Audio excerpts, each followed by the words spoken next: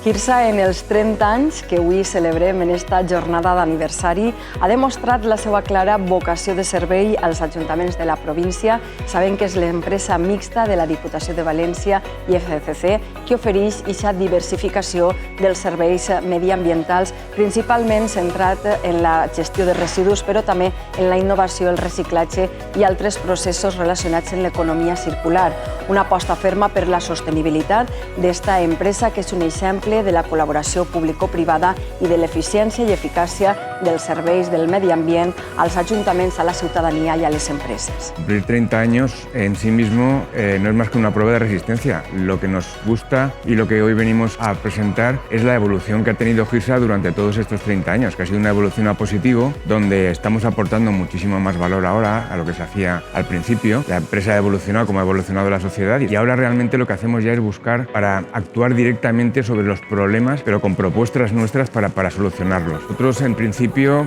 cuando hemos querido aportar ese plus que nos haga distinto a las demás empresas con las que competimos en el mercado, pues hemos buscado soluciones muy tecnológicas. Hemos tenido que tener un partner que evidentemente han sido las universidades. Hemos trabajado con la Universidad de León, con la Universidad Politécnica de Valencia, con la Universidad de Valencia, institutos tecnológicos, siempre buscando hacer de las soluciones lo que más aporte, tanto para el municipio como para en general el medio ambiente y la sociedad.